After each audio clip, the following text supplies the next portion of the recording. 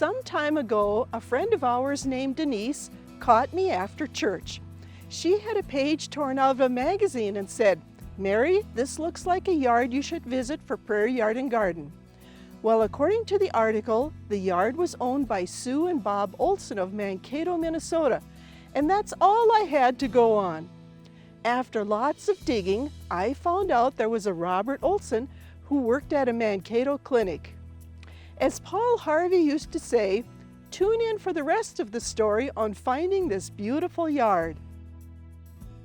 Funding for Prairie Yard Garden is provided by Heartland Motor Company, providing service to Minnesota and the Dakotas for over 30 years in the heart of truck country. Heartland Motor Company, we have your best interest at heart.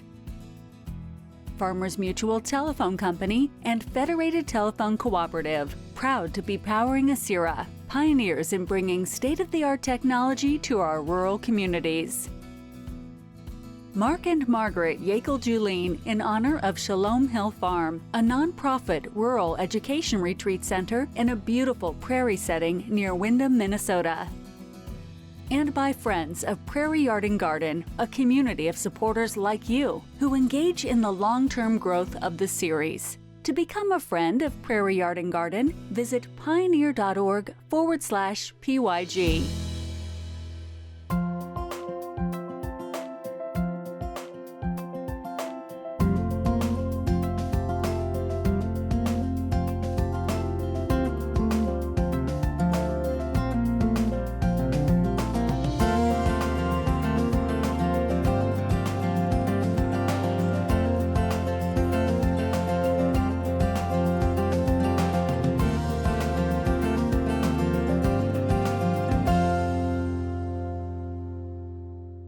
I had tracked a Robert Bob Olson to a clinic in Mankato.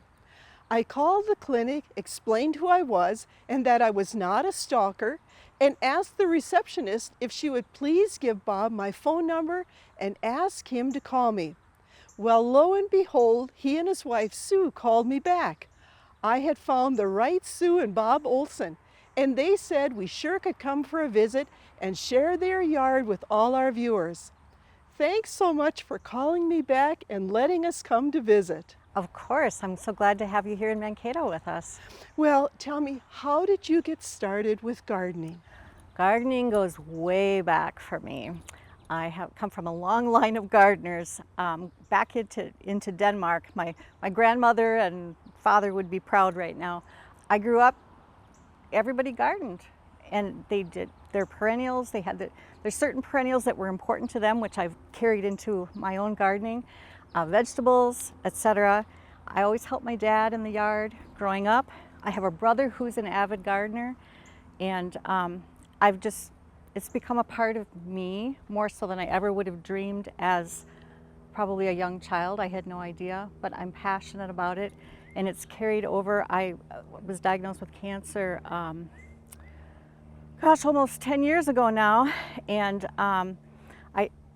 that was a part of my gardening experience, in that when I was diagnosed in the spring, I thought, oh my gosh, my gardens, I've got to get my gardens taken care of before I undergo treatment. And I came out and I dove into the gardens and work. And one evening, as I was pretty much finishing up, this is April in Minnesota, a butterfly landed on my shoulder. And I thought, a butterfly? What? It just doesn't add up. And the butterfly danced around me and flew away, and it came back and it landed on me and it landed on me, and then it just sat there. And I thought, this is a sign that everything is going to be okay. And it was. Here I am today, very happily, and but I've made that an important piece of my gardens as well. And I've memorialized different family members, even our pets, in the gardens. Everything I do is purposeful and has meaning and significance. I don't do it just to plunk something in the ground. There's purpose with everything I do. So how did you start here at this property? We moved in here 25 years ago, and it was an open, blank slate for me. None of this was here. other than the center garden, and that was a big, honestly overgrown mess. And I gave it the first summer, and I said, let's just see what comes up in here, and then the next spring we'll attack this. And attack we did. We cleaned that all up, and every year since I've added something to the gardens. And I've morphed things, I've changed things. I'm always, oh, I don't like that anymore, let's change this up. Or, oh, I have a great idea. And then my husband rolls his eyes and says, oh boy. So do you use annuals or perennials or both? Both, mostly perennials, but I do like the annuals because that gives you that continuous pop of color. But my goal is to have color, all through the seasons. Do you design your own beds, or do you have professional help to help with laying them out? It's all me. I've done it all myself. I just have I get a vision, and I work around that and work with it. The only thing that we didn't do ourselves was the hardscaping, but I had a vision for that, and we brought people in to do that. But otherwise, everything else has been my dreams, and the help of my husband to pull it all together. How do you keep up with all the watering? Well, we do have an irrigation system, and I try to be pretty mindful about what I'm planting. For example, I love impatiens, but impatiens are water hogs. And this is the first year that I have not done any impatiens. And then ironically, we had this year of all the rain, but then you're a slave to your watering, and I just want to be able to enjoy it. So, for example, I have a lot of begonias. The begonias can adjust to.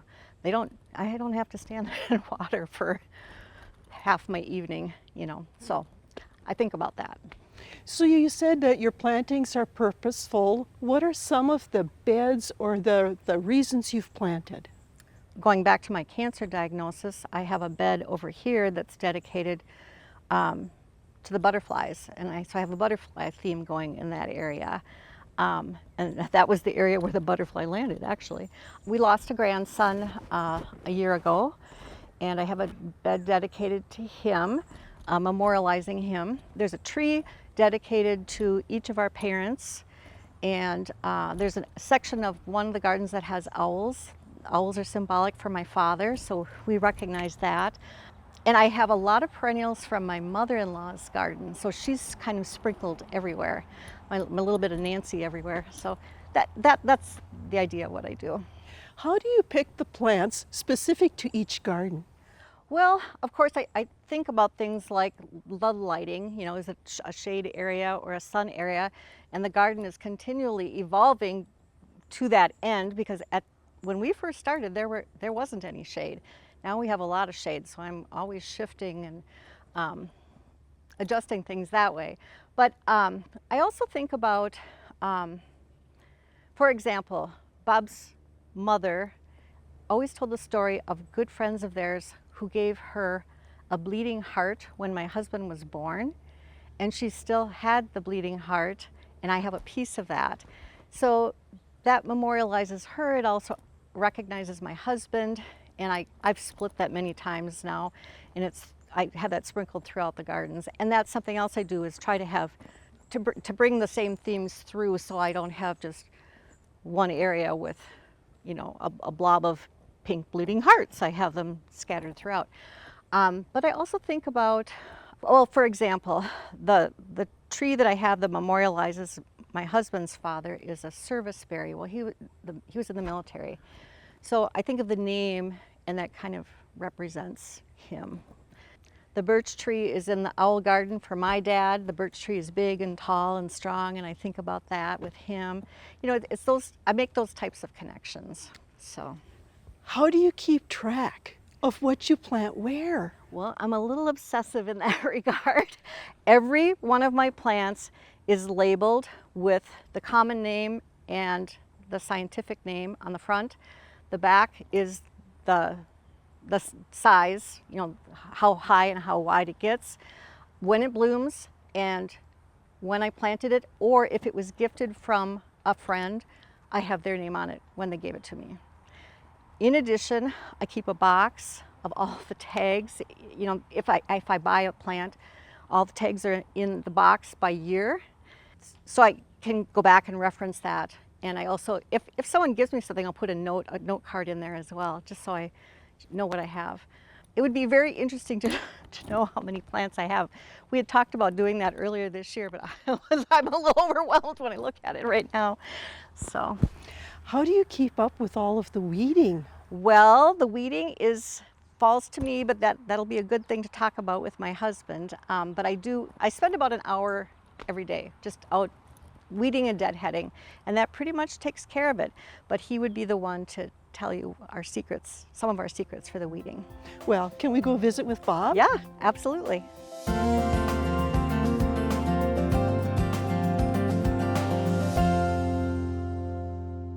This is the original garden when we moved here, Mary, and it was very full of weeds. It was a mess, and it took us a good season to take care of the entire garden, to see what was in it, what kept growing out of it. Weeding, we probably weed at least an hour a day. And weeds can come volunteers from the air, or they can come from below the ground. So that's why it's real important to have mulch. I see that. And what kind do you use? We use the hardwood mulch, and this brand happens to be Sunset Gold. And wow, mulch, what does mulch do? It provides a lot of moisture for the plants, and it helps with some weed control.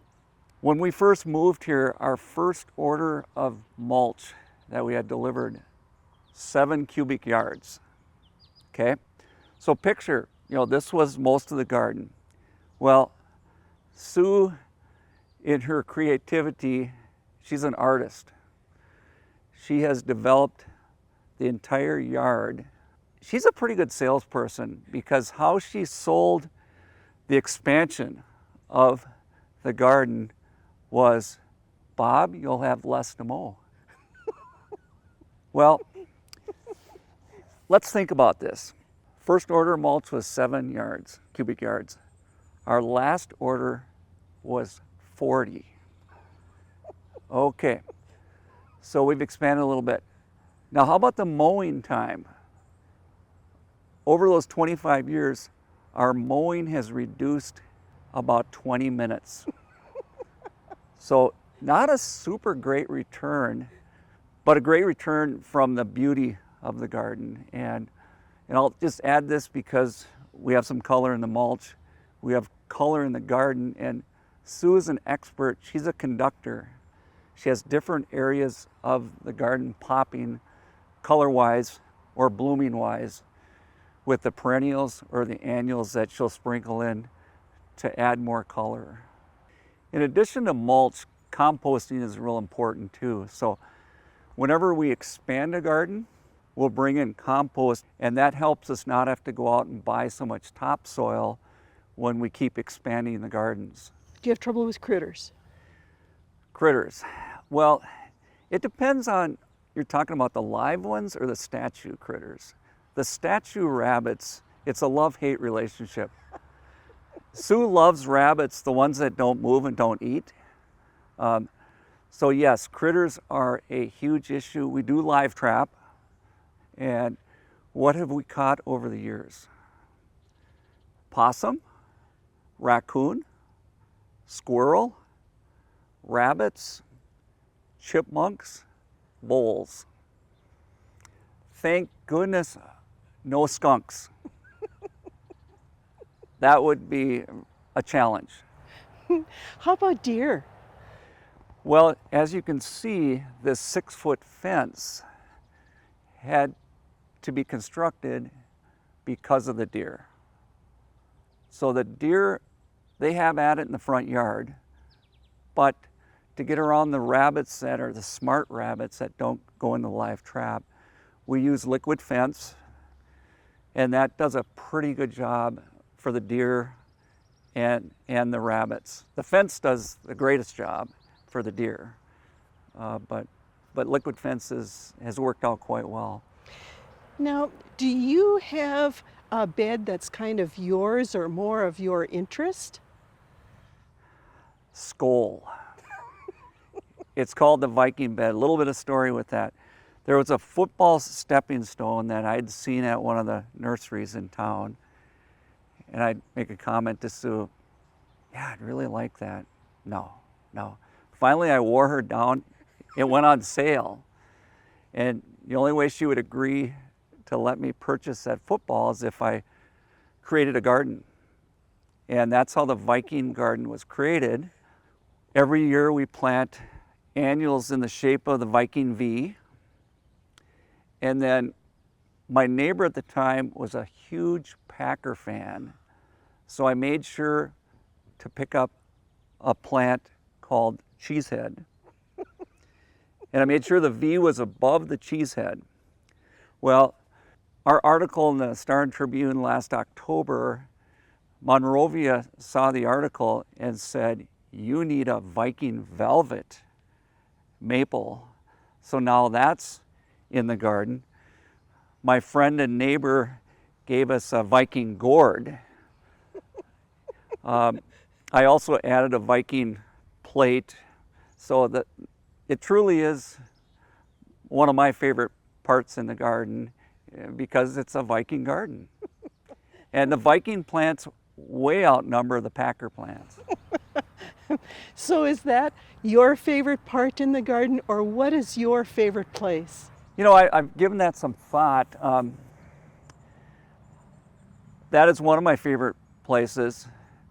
The other favorite place is on the swing set because I can sit on the swing and see most of the garden. And that is so relaxing to see the garden in most of its entirety. Behind us, we have a statue of a pig. His name is Boink. So the story with Boink, I've always wanted a potbelly pig.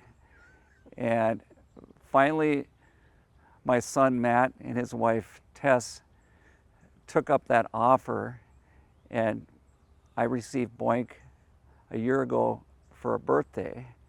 And you know what's nice about Boink, I don't have to bring him to the vet. And when we had Boink, he became famous right away. He ended up in the Minneapolis Tribune back in October.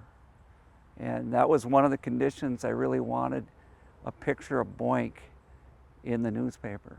So Boink is probably one of the more famous pigs around. How did they even find out about him? Well, I pointed him out. Okay. And another, I mean, it's a little bit related to football, the Viking part. When a kicker kicks a field goal and it hits the upright, Boink. So he's close to the Viking garden. Well, thanks so much for visiting with us today and sharing your part of the story here. I think we'll maybe try to visit again with Sue and find out what her favorite place in the yard is too. Sounds great. Skål.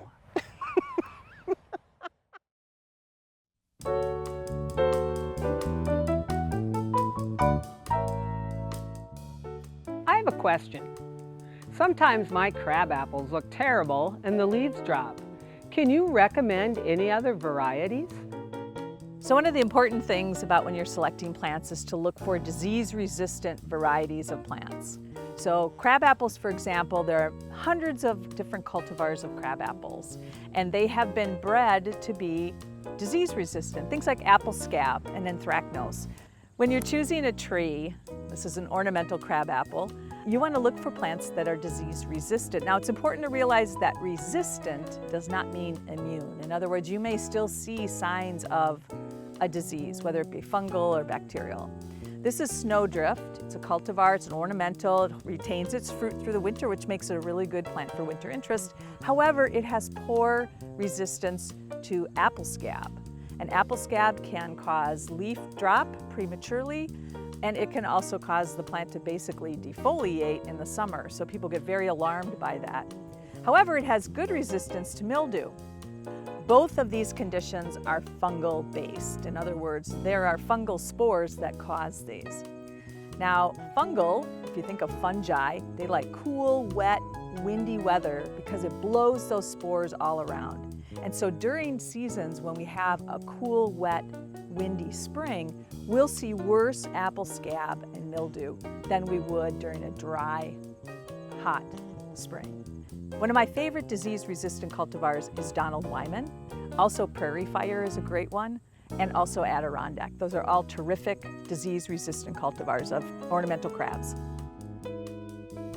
Ask the Arboretum Experts has been brought to you by the Minnesota Landscape Arboretum in Chaska, dedicated to welcoming, informing, and inspiring all through outstanding displays, protected natural areas, horticultural research, and education.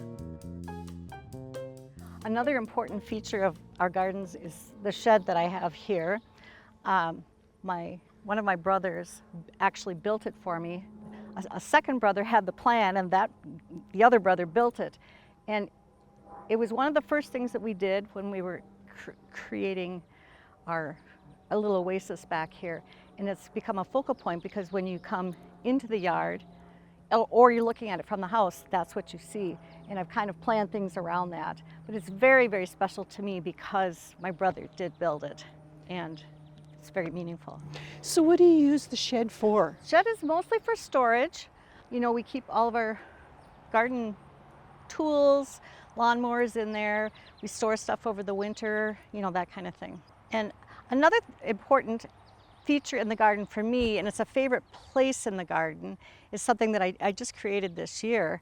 My husband's mother passed away this past winter, and cleaning out the house, there was a church pew that had always been in their basement. And the pew was from their original church that they attended in Little Falls, Minnesota. And when they were building another church, they did, I suppose, like a fundraiser, and you could buy the pews, and she bought the pew.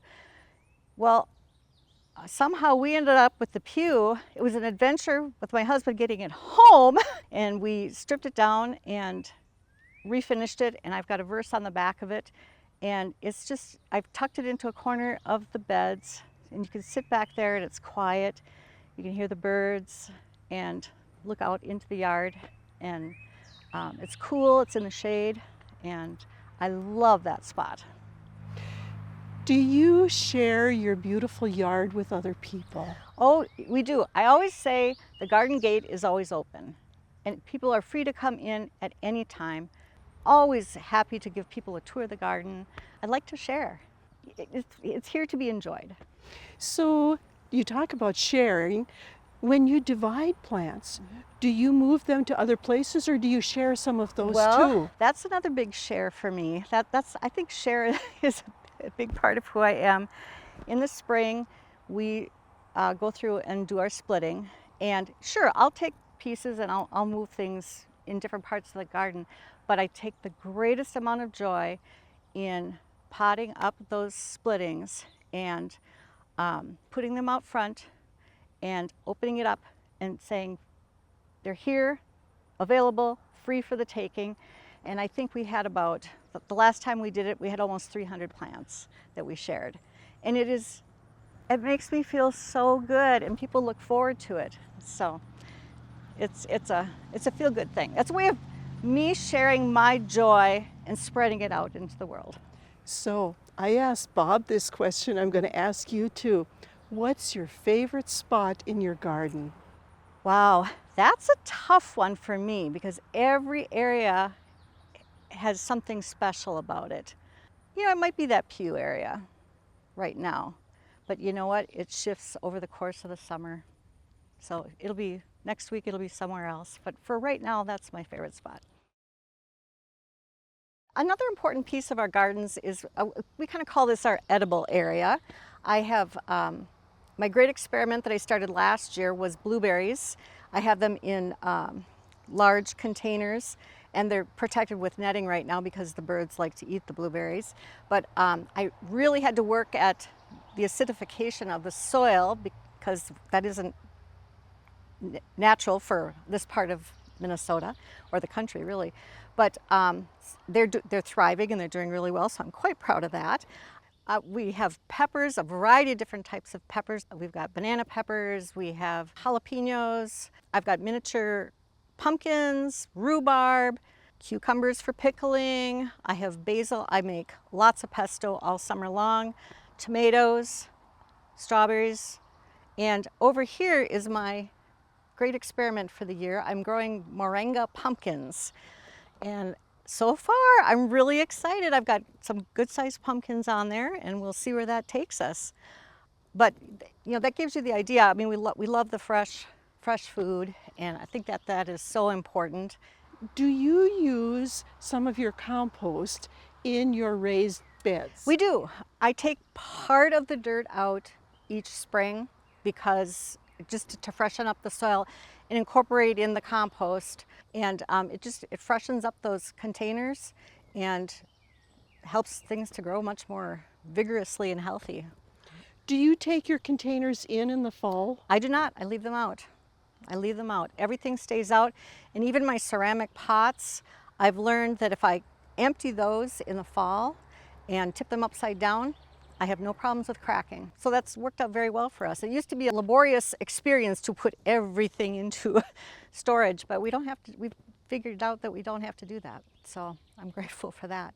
I have bird baths throughout the yard. I love to encourage nature, but those bird baths get so yucky. And I learned that if you put a piece of copper tubing into the bird bath, you don't have to clean them out as often. And it really works. I was a little bit of a skeptic at first, tried it on a couple, and I'm a believer. I see that you use a lot of mulch here in this area too. How do you get it all here?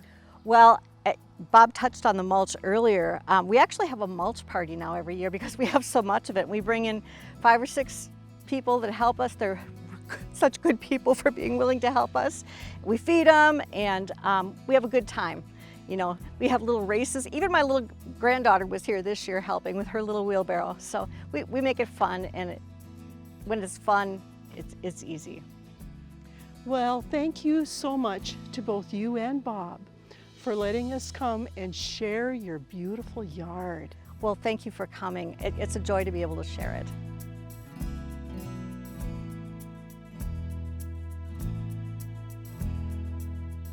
Funding for Prairie Yard Garden is provided by Heartland Motor Company, providing service to Minnesota and the Dakotas for over 30 years. In the heart of truck country, Heartland Motor Company, we have your best interest at heart.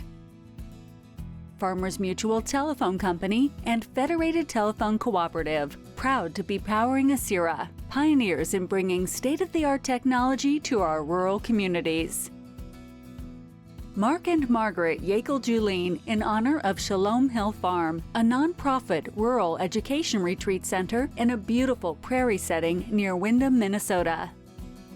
And by friends of Prairie Yard Garden, a community of supporters like you who engage in the long-term growth of the series. To become a friend of Prairie Yard Garden, visit pioneer.org/PYG.